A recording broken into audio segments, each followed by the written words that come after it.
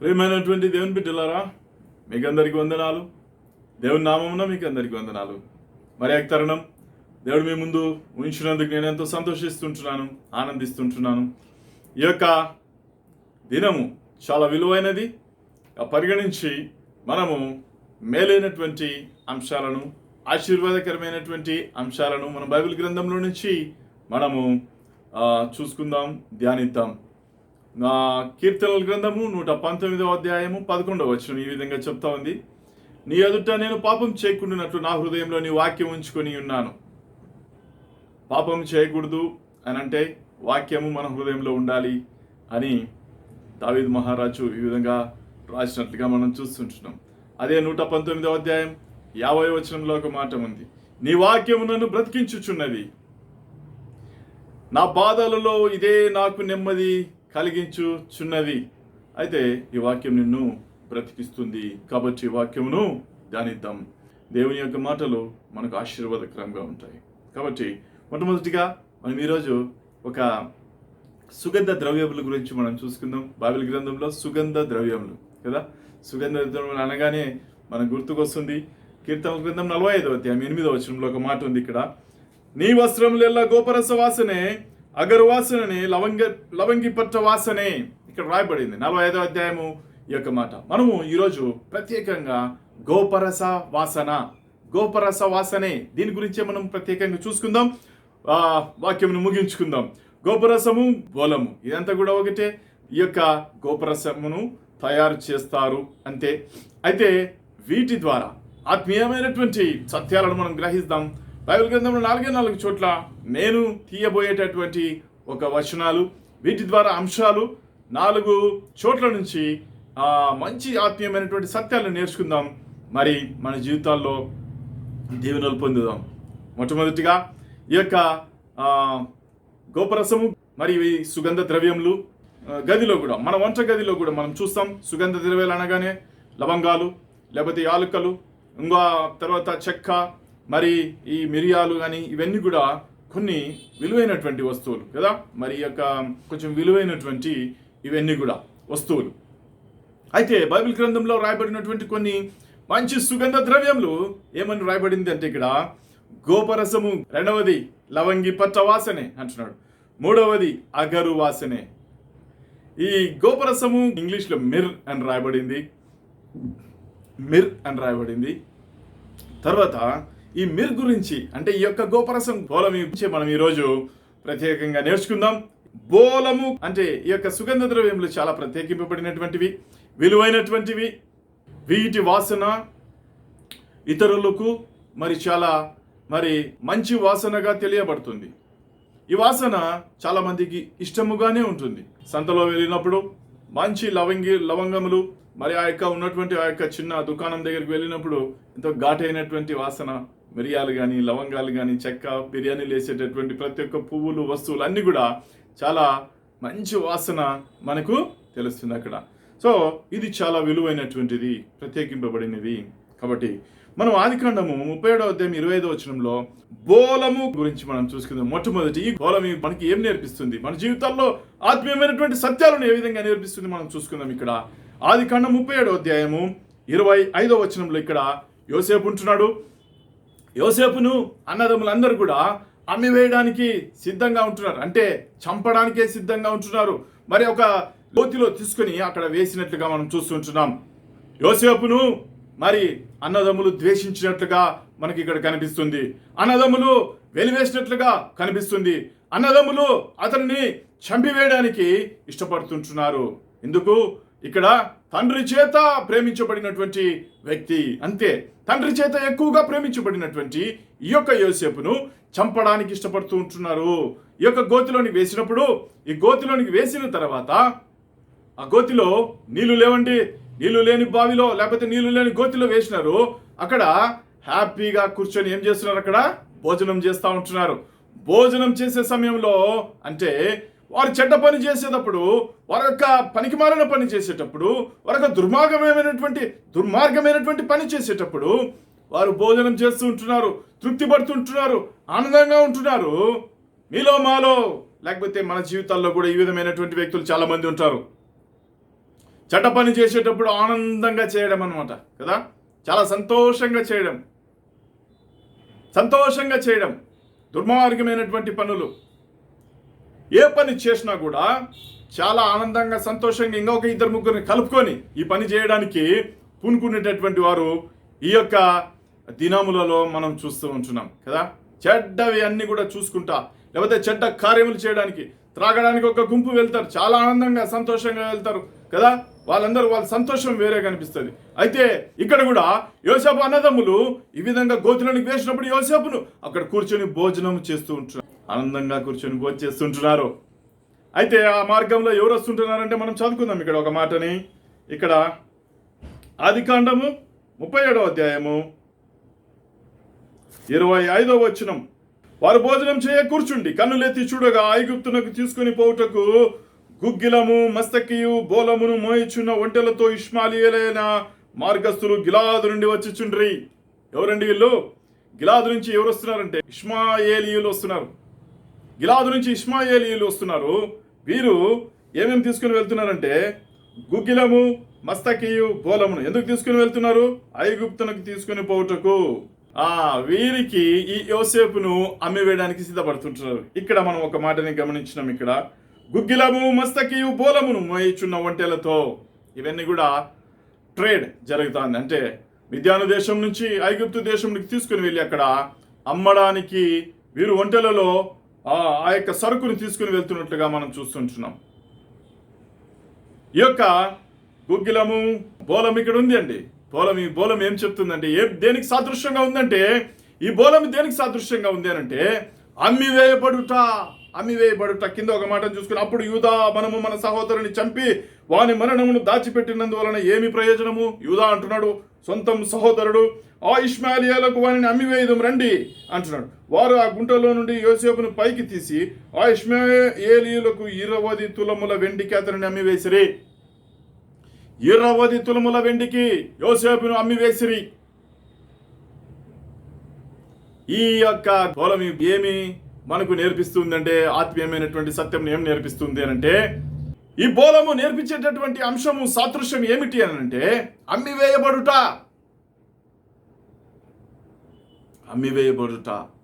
ఇక్కడ ఆత్మీయమైనటువంటి సత్యం ఏమిటంటే, ఎక్కడికి వెళ్తున్నారు వీళ్ళు అంటే ఐగుప్తు దేశములకు వెళ్తున్నట్లుగా చూస్తుంటున్నాం. ఐగుప్తు మనకందరికి తెలిసినటువంటి ఒక ప్రదేశము. ఐగుప్తు ఒక ప్రదేశము. ఏం ప్రదేశం? అక్కడ ఉన్నటువంటి మన ఇశ్రాయేల్ జనాంగం అంతా ఏ విధంగా ఉన్నారు అనంటే బానిసలై ఉన్నారు. అక్కడ కట్లలో ఉన్నారు, బంధకాల్లో ఉన్నారు, కృషించిపోయినటువంటి స్థితిలో, కృంగిపోయినటువంటి స్థితిలో, నలిగిపోయినటువంటి స్థితిలో వాళ్ళందరూ కూడా ఉన్నట్లుగా చూస్తుంటున్నాం. ఐగుప్తు అనగా ఇక్కడ ఏమని రాయబడింది అంటే, ఐగుప్తు అనగా దట్ ట్రబుల్స్ శ్రమ పెట్టేటటువంటి ప్రదేశం అండి. శ్రమ పెట్టేటటువంటి ప్రదేశం. ఐగుప్తు అనగా దట్ ట్రబుల్స్ ఆర్ ఒప్రెసెస్ యాంగ్విష్ అని రాయబడింది. దట్ ట్రబుల్స్ అణిచివేయటవా, నిన్ను శ్రమ పెట్టేటటువంటి ప్రదేశము. ఆ యొక్క ప్రదేశంలోనికి యోసేపు అమ్మివేయబడుతూ ఉంటున్నాడు. ఈ యొక్క ప్రదేశం ఎటువంటిదంటే ఇంకా హింసించు, ఆరాటము, వేదన, అప్రెస్ అంటే అణిచివేసేటటువంటి స్థితి కనిపిస్తుంది. ప్రేమైనటువంటి దేవుని బిడ్డలారా, ఐగుప్తు ప్రాంతానికి ఈ యొక్క యోసేపును అమ్మివేస్తూ ఉంటున్నారు. ఈ ఐగుప్తు ప్రాంతము ఎటువంటిది అనంటే ఈ యొక్క శ్రమ పెట్టేది, వేధించేది, బంధకాల్లో బిగించేది, లేకపోతే ఇంకా ఆరాటము తెచ్చేది, ఇంకా ఏమనుంది అణిచివేసేది. ఈ ప్రదేశంలోకి యోసేపు అమ్మివేయబడుతూ ఉంటున్నాడు. అయితే ఈ బోలం ఏం చెప్తుంది అనంటే అమ్మివేయబడుట. రోమియోలకు రాసినటువంటి పత్రిక 7వ అధ్యాయము 14వ వచనంలో ఒక మాట ఉంది. అయితే నేను పాపమునకు అమ్మబడి శరీర సంబంధినై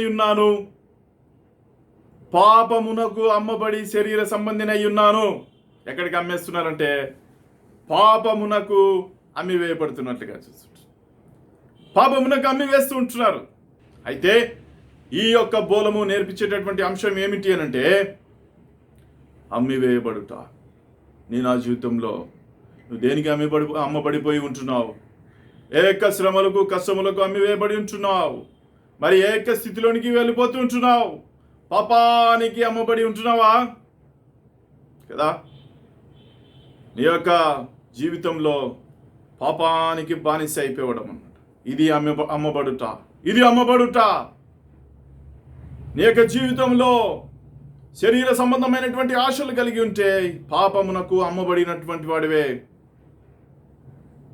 నేత్రాశకు అమ్మబడినటువంటి వాడవైతే నువ్వు పాపమునకు అమ్మబడినటువంటి వాడవే. జీవపు డంబము నీ జీవితంలో కలిగి ఉంటే పాపమునకు అమ్మబడినటువంటి వాడవే. అమ్మబడుట, ఈ బోలము మనకు నేర్పించేటటువంటి అంశం అమ్మబడుట కదా. నీ జీవితంలో నువ్వు పాపమునకు అమ్మబడితివి అని వ్రాయబడింది. కాబట్టి నీ ఏ పాపమునకు నువ్వు అమ్మబడితివో, ఏ పాపమునకు నువ్వు బానిసవైతివో, ఏ పాపము కింద కాడి కింద నువ్వు ఉంటున్నావో గమనించుకో ప్రియమైనటువంటి దేవుని బిడ్డ. ఏ పాపము? త్రాగుడా, జూదమా, వ్యభిచారమా, అవిధేయతనా, జూదమా, ఏవైతే ఉన్నాయో నీ జీవితంలో మార్చుకో. దీనికి బానిస అయి ఉంటే, పాపమునకు బానిస అయి ఉంటే ఈ బోలం హెచ్చరిస్తూ ఉంది, ఈ బోలం హెచ్చరిస్తూ ఉంది. పోదాం, మనం ముందరికి వెళ్దాం ప్రియమైనటువంటి దేవుని బిడ్డలారా. ఈ పాపమునకు దాసత్వము అయిపోయింది. రెండవది ఇంకొక మాటను మనం చూసుకుందాం. ఇక్కడ మార్కు సువార్త 15వ అధ్యాయం 23వ వచనంలో ఒక మాట ఉంది. ఈ బోలం ఏం నేర్పిస్తుందంటే, ఇక్కడ ఉన్నటువంటి బోలము, మొదటి బోలము అమ్మివేయబడుట, పాపమునకు అమ్మివేయబడుట, పాపమునకు అమ్మివేయబడుట. రెండవది, అంతటా బోలము కలిపిన ద్రాక్షారసం ఆయనకిచ్చిరి గాని ఆయన దాన్ని పుచ్చుకొనలేదు. ఇక్కడ యేసుక్రీస్తు మార్కు సువార్తలో వ్రాయబడినటువంటి అంశం ఏమిటి అనంటే, యేసుక్రీస్తును కపాలం అన్నటువంటి స్థలమునకు తీసుకొని వెళ్ళినప్పుడు మొట్టమొదటిగా ఒకసారి ఈ యొక్క బోలమును కలిపినటువంటి ద్రాక్షారసమును ఇచ్చినట్టుగా చూస్తుంటున్నాం. దారి వెంట కొరడాలతో కొట్టుకుంటూ తీసుకొని వెళ్తున్నారు. సిలువని మోయలేనటువంటి స్థితిలో నుంచి అతడు కింద పడి పైన మరి దాన్ని మోసుకుంటూ ఆ విధంగా గాయాలతో రక్తం కార్చుకుంటూ మరి ఆ యొక్క కొరడా దెబ్బలతో కపాలమైనటువంటి స్థలమునకు తీసుకుని వచ్చినట్లుగా చూస్తున్నాం. ఎవరో గమనించినారో ఏమో తెలియదు కానీ దురుద్దేశంతో ఏమి ఇస్తుంటున్నారంటే, ఇక్కడ బోలము కలిపిన ద్రాక్షారసం ఆయనకి ఇచ్చిరి. ఇది మొదటిసారిగా ఇచ్చినటువంటి బోలం. ఇది సిలువలో ఇచ్చినటువంటి ఆ యొక్క చేదు చిరక కాదండి. ఆ స్పంజికి తగిలిచ్చినటువంటి చేదు చిరక పైకి ఇచ్చినటువంటిది కాదు. ఇది అయిన తర్వాత ఇక్కడ సిలువను వేసినట్టుగా మనం చూస్తుంటున్నాం. అంతటా బోలము కలిపిన ద్రాక్షారసం ఆయనకి ఇచ్చిరి కానీ ఆయన దానిని పుచ్చుకోలేదు. ఏ విధంగా త్రాగలమండి? బోలము ఏం చెప్తుందంటే, ఇక్కడ ఉన్నటువంటి బోలము చేదు చిరకలాగా పనిచేస్తుంటుంది, రుచిగా లేదు. ఇక్కడ అర్థమవుతుంది కదా. బోలము కలిపిన ద్రాక్షారసం ఆయనకి ఇచ్చిరు కానీ ఆయన దాన్ని పుచ్చుకొనలేదు.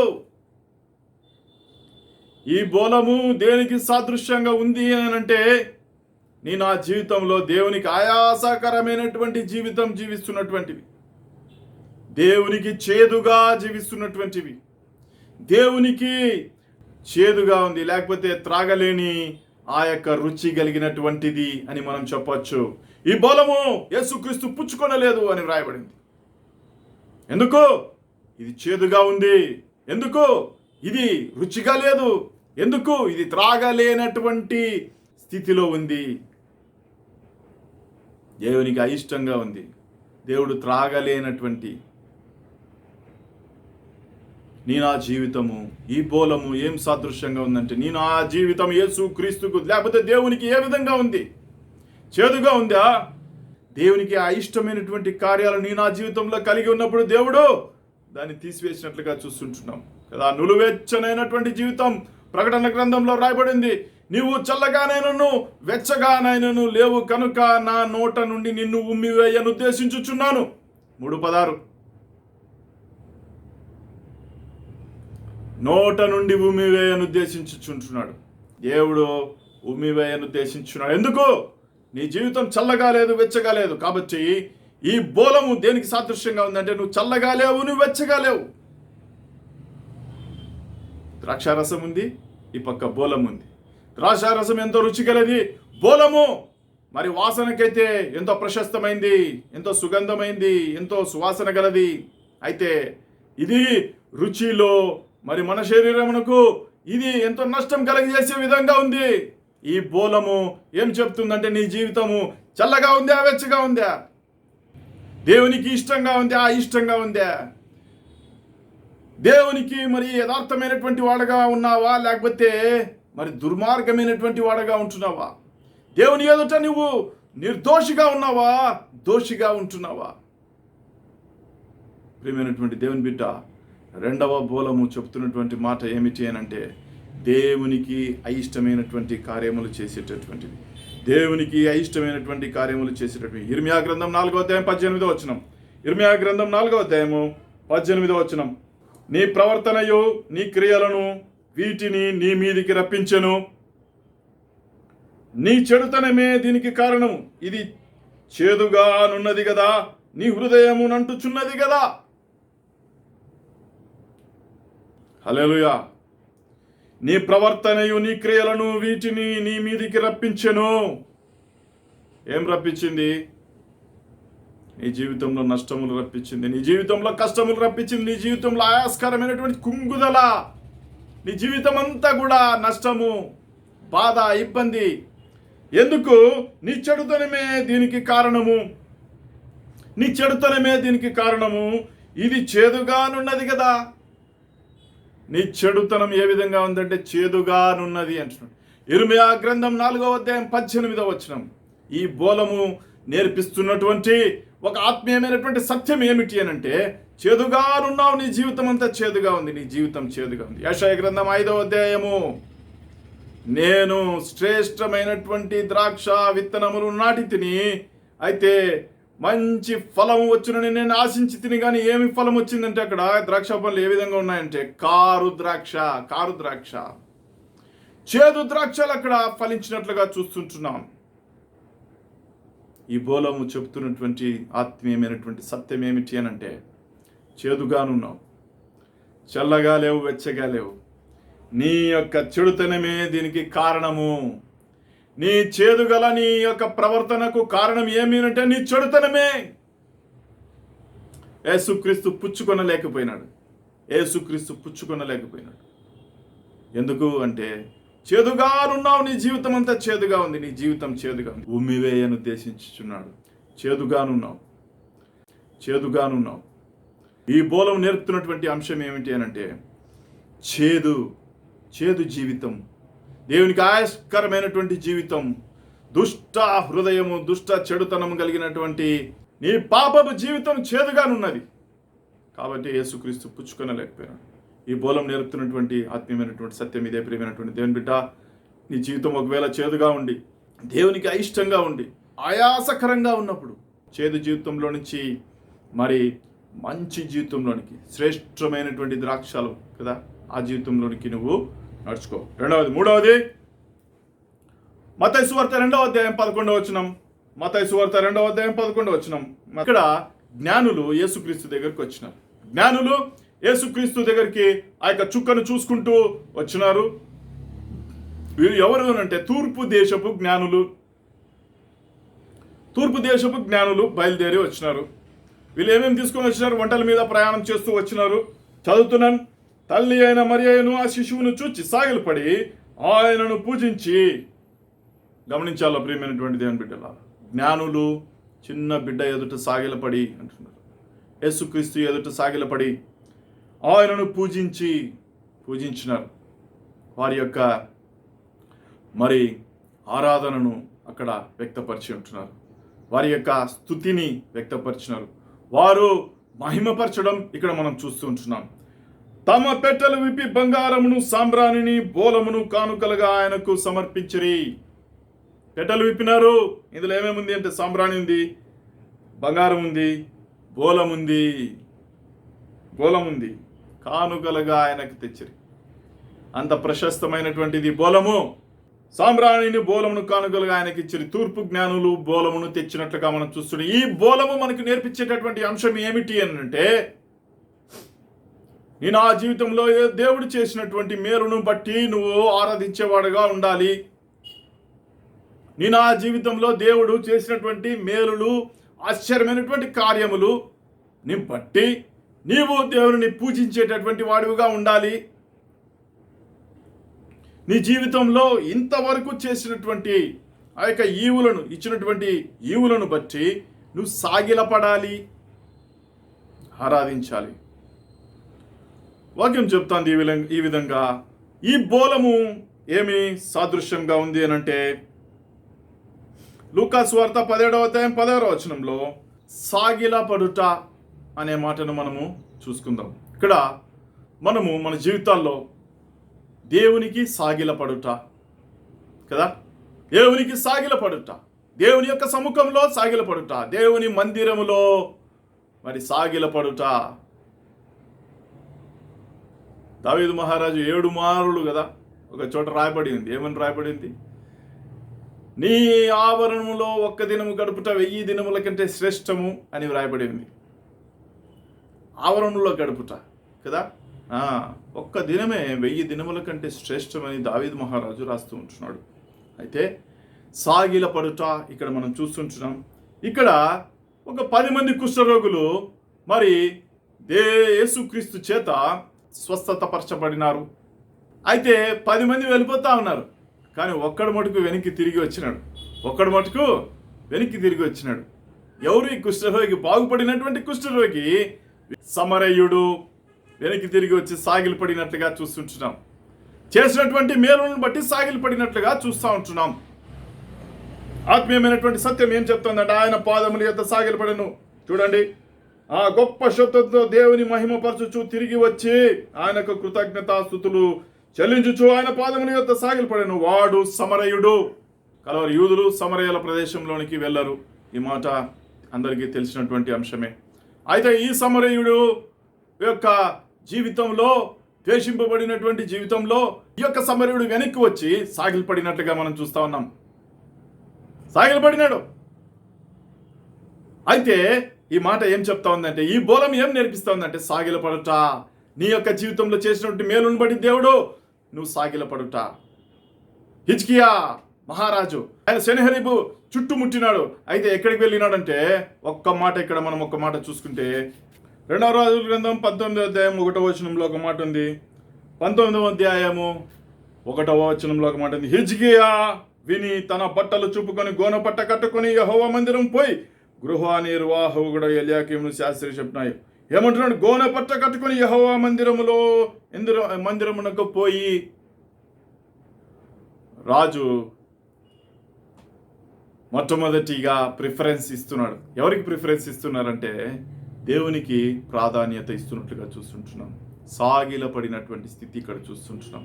చుట్టూ ఎంతో టెన్షన్ ఉంది.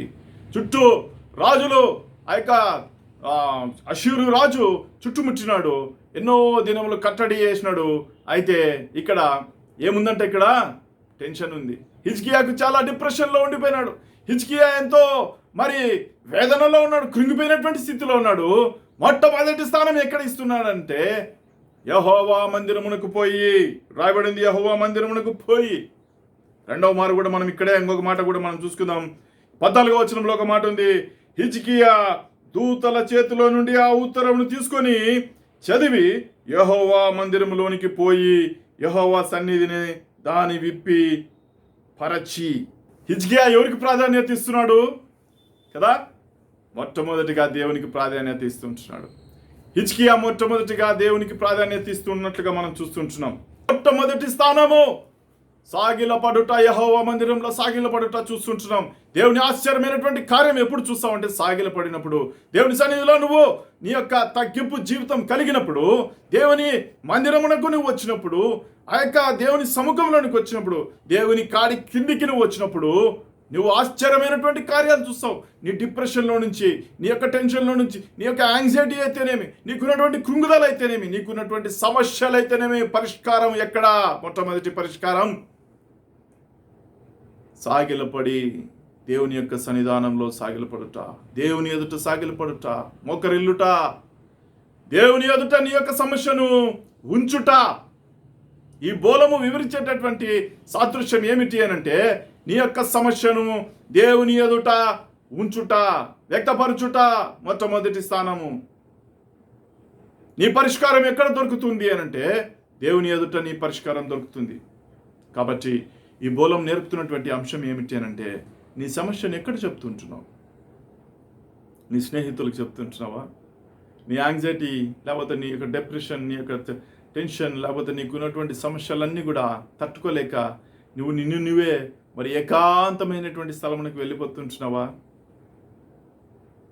నీకు ఆలోచనే రాక ఏం చేయాలో తెలియక నిన్ను నీవే మరి నేను పనికిరానటువంటి వాడనని నువ్వు అనుకుంటూ ఉన్నావా? నీ జీవితంలో ఆత్మీయమైనటువంటి సత్యాలు ఇక్కడ తెలపబడుతూ ఉంటున్నాయి. 4వది, ఒక చోట మరి నిర్గమకాండం 30వ అధ్యాయము 23 నుంచి 30 వరకు చదువుతున్నాను. మోషేకు ఒక పని అప్పచెప్పినాడండి. ఇక్కడ ఒక బోలం ఉంది. ఈ బోలం ద్వారా ఆఖరిగా మనం నేర్చుకొని మనం ముగించుకుందాం, మన యొక్క వాక్యమును ముగించుకుందాం. ఈ యొక్క బోలం ఏం వివరిస్తుంది అంటే, ఏం సత్యం నేర్పిస్తుంది అంటే, నీవు పరిశుద్ధంగా జీవించడం, నీ పవిత్రత నేర్పిస్తుంది. ఏ విధంగా నీవు జీవించాలి ఇక్కడ నేర్పుతుంది. పరిశుద్ధ స్థల సంబంధమైన తులం చొప్పున అచ్చమైన గోపరసము, 500 తులములను సుగంధము గల లవంగిపట్ట, సగము అనగా 250 తులముల ఎత్తును, నిమ్మగడ్డి నూనె 250 తులం ఎత్తును, లవంగిపట్ట 500 తులములను, ఒలివ నూనె సంపారితమును 3 పళ్ళును తీసుకొని వాటిని అంటున్నాడు. ఇక్కడ ఏమంటున్నాడు? గోపరసము, అచ్చమైన గోపరసము 500. ఇక్కడ పరిశుద్ధ స్థలములో ఒక తైలము తయారు చేయబడుతుంది. ఇక్కడ ఏమంటున్నాడంటే, ఏం తైలం ఇది, దీని పేరేనంటే, వాటిని ప్రతిష్టాభిషేక తైలము అనగా సుగంధ ద్రవ్య మేలకుని పని అయిన పరిమళ సంభారముగా చేయవలెను. అది ప్రతిష్టాభిషేక తైలము.